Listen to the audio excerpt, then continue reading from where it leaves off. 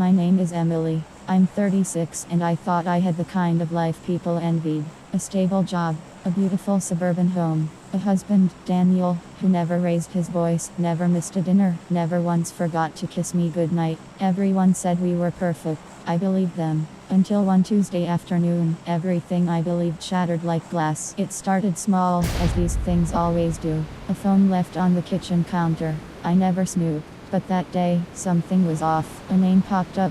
Lena. I stared at it. I wanted to laugh it off. Maybe it was his cousin. Maybe it was some old inside joke. But no one puts a heart next to a cousin's name. I didn't open the messages right away. I'm not proud of what I did, but I waited until he was in the shower. My hands were shaking as I picked up his phone and tapped on Lena's name. The first thing I saw, "Can you pick up Ava from ballet? I'm still at work." Ava. I don't know an Ava. We don't have a daughter. My ears started ringing. I read more. I told Ava you'd help her with her school project tonight. She was so excited. Don't forget the glitter pens she loves. I had to sit down. My husband, the man I'd shared a life with for 8 years, had a daughter. No, he couldn't, unless I dug deeper. Dozens of messages, photos, smiling selfies, a little girl, maybe 6 years old, with Daniel, at the zoo, at home, at what looked like a second house. Another woman, Lena, was in some of the photos, a woman I'd never seen, not even in passing. I was living a lie, but instead of confronting him that night, I smiled. I kissed him like nothing was wrong. I listened to his story about work. I even laughed at his dumb jokes because I needed to know more. Over the next week, I became a detective. I followed him once. I told him I had a work dinner. He kissed me on the cheek and said, "Don't work too hard, Em." He drove across town to a modest blue house with a swing in the front yard. Ava came running out first. "Daddy," she squealed. My stomach twisted. Then Lena came out. She kissed him on the mouth, casually, like it was just normal. I watched, frozen, from my car. I wanted to scream, to crash my car through their perfect little picket fence. Instead, I took photos, proof, because this wasn't going to end with yelling. No, I was going to ruin him, slowly. But then, I found out something even worse. After that night, I stopped checking his phone. No more messages, no more questions. I didn't need answers, I had them. But one thing kept spinning in my head: that house, that woman, that little girl. I couldn't unsee it, couldn't move past it. So the next day, under the excuse of a work trip, I drove back to that street, parked a few houses down, turned off the engine, and waited. An hour passed, then another. And finally she stepped out, Lena. She wore a plain coat, no makeup, holding a travel mug. She looked normal, ordinary, just a woman going about her day. I followed her. Yes, I followed her. I'm not proud of it, but I had to know. She walked into a school, probably for a parent-teacher meeting or something. I waited outside. My palms were sweating. My heart pounded. Then I saw him, Daniel. He was walking up the path with his casual smile like he didn't carry 1,000 secrets. He greeted her and hugged her. Not like a friend, like a man hugs the mother of his child. I couldn't move. Then he placed his hand gently on her stomach. She smiled. She was pregnant. He was expecting a child with her. My throat closed. I couldn't breathe. I had to sit down on the curb. For 7 years, I had cried myself to sleep every month with a negative test. I had blamed myself, believed my body was broken. He had held me while I wept, all while making a new family with someone else. How do you even begin to process that? I drove home in silence. I didn't cry. I didn't scream. I just stared at the road like I was outside my body. When I got home, Daniel was already there, smiling, acting normal, asking how my business meeting went. I wanted to scream at him. I wanted to throw something in his face, but I didn't. I smiled, and I kissed him, because that night I made a decision. He wasn't going to leave me. I was going to leave him, but not before I burned everything to the ground. That night, as Daniel snored peacefully next to me, I stared at the ceiling and mapped it all out. I was going to ruin him, slowly, quietly, precisely. Not with fire or fists, but with silence, with control, with the truth. Step 1. Collect everything. I started small. Logged into our shared accounts, bank statements, credit cards, PayPal, even his Uber rides. I built a timeline of every lie. He was with her every Thursday, always working late or stuck in traffic. He even had a second gym membership near her house. This wasn't accidental, it was engineered. I created a folder on a hidden USB. labeled Wednesday, because that's the day I'd confront him. But I needed more.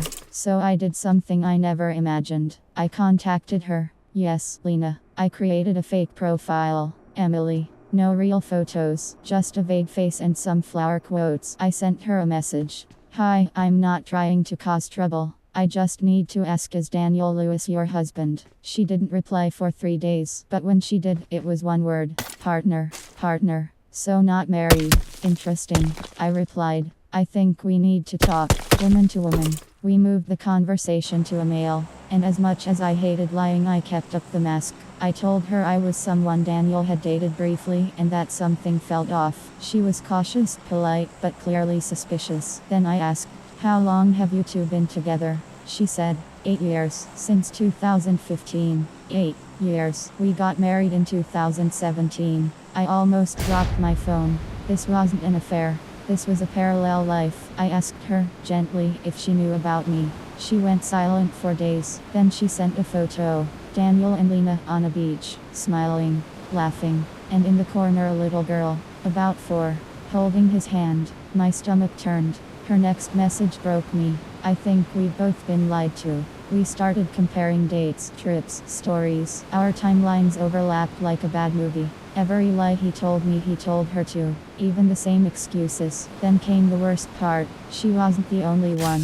She found a receipt in his coat pocket, a hotel in Nevada, charged under the name Marcus Trent. I checked the bank statements. Yes, same date. He had told me he was at a finance conference. Lena thought he was at a funeral. Neither was true. There was another woman. Now I wasn't just broken. I was furious. Daniel wasn't a cheater. He was a predator. A liar with systems, with practice. And we, the women in his life, we were just rooms he walked through. But I wasn't going to be another door. No, I was going to be the last one he opened, before it all came crashing down. Something inside me had shifted. The part that once hurt now burned. I wasn't just betrayed. I had become dangerous. I called Lena, with my real name, my real voice. There was a long silence before she spoke. You are his wife? She asked quietly. Yes, I said. And you are not the only one. There's another. That was the moment everything snapped. Not just in me, in her too.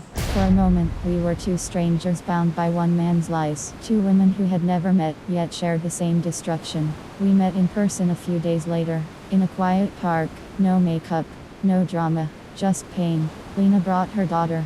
Her name was Ava, Daniel's daughter. She looked just like him. I looked into that little girl's eyes and felt every bone in my body shake. He had created another family, built it, loved it, while sleeping in my bed. Lena told me everything. How he'd disappear on work trips, how he once vanished for Christmas, said he had the flu. He'd been with me that whole week. We were mirrors, broken in the exact same places. That night I began planning everything.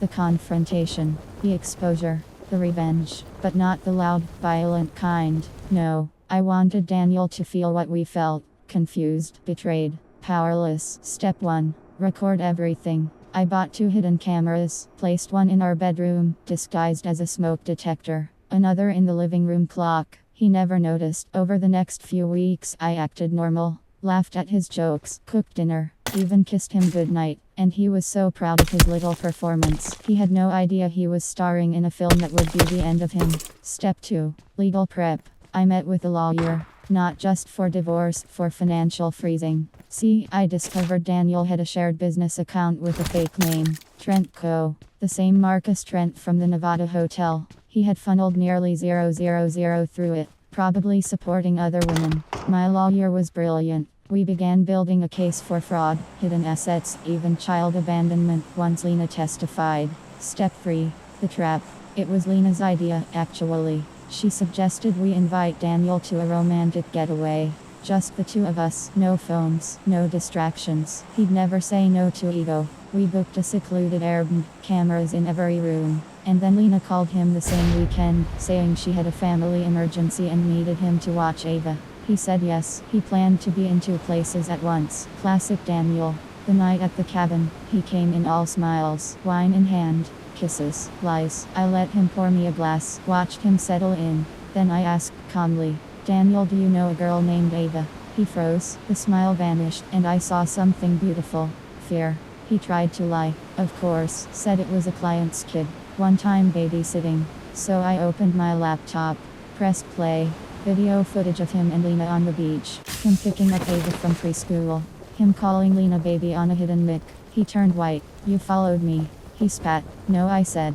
You performed. I just recorded the show. He stormed out, but the final nail was already driven. Because while he was busy running, Lena was filing a joint fraud report. My lawyer had frozen 3 accounts. His employer had received everything. And Ava's school had been notified of a custody dispute. He lost it all. In one weekend. I wasn't going to confront him with tears anymore. I was done crying. I started planning. I hired a private investigator. Not because I wanted more proof, I had enough, but I wanted precision. I wanted to know exactly where he went, when, with whom, and what he was hiding from both of us. It didn't take long. The investigator brought me a full report. Daniel had another apartment in the city under a different name. He was living a double life, literally.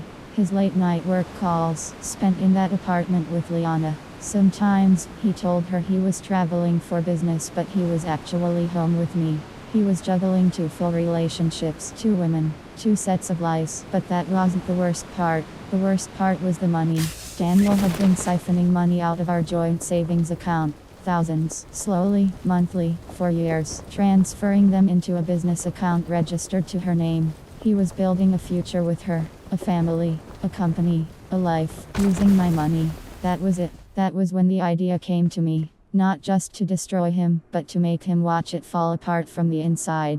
I contacted Liana. I told her everything. Not gently. I sent her screenshots, bank statements, pictures of me and Daniel, pictures of him and her. Medical documents from when I miscarried, while he was out on a business dinner with her. She didn't answer for 2 days. Then she called me, crying. She hadn't known. She genuinely thought she was the only one. And that's when we made a pact. We were both going to ruin him. Daniel came home one evening to an empty house. My things were gone. The closet's empty. My side of the bed untouched. He tried calling, texting. I didn't answer. Then came the lawyers. I filed for divorce. I sent the bank documents to the authorities. Fraud, embezzlement, identity misuse. He was under investigation within days. Liana had also reported him for emotional abuse, financial manipulation, lying about his marital status while getting her to sign business contracts. Her name was on every paper, but she wasn't married to him, which made everything illegal. She froze the business accounts, took over everything he built with my money and her trust, filed a lawsuit. His reputation, gone. His job, terminated. His second apartment, evicted. The police raided it. Daniel tried contacting us both, told me I was overreacting, told her I was mentally ill. He didn't know which lie to stick to anymore. I watched from a distance, quietly, but the real moment of satisfaction was when I saw him on the news. Disgraced businessman under federal investigation for financial fraud and bigamy. His family disowned him. His friends vanished. No money, no home, no job. Liana and I, we are not friends. We never will be. But we both survived the same monster and helped each other destroy him. Sometimes justice isn't found in courtrooms. Sometimes justice is 2 women who finally stop believing his lies and make sure no one else ever does again.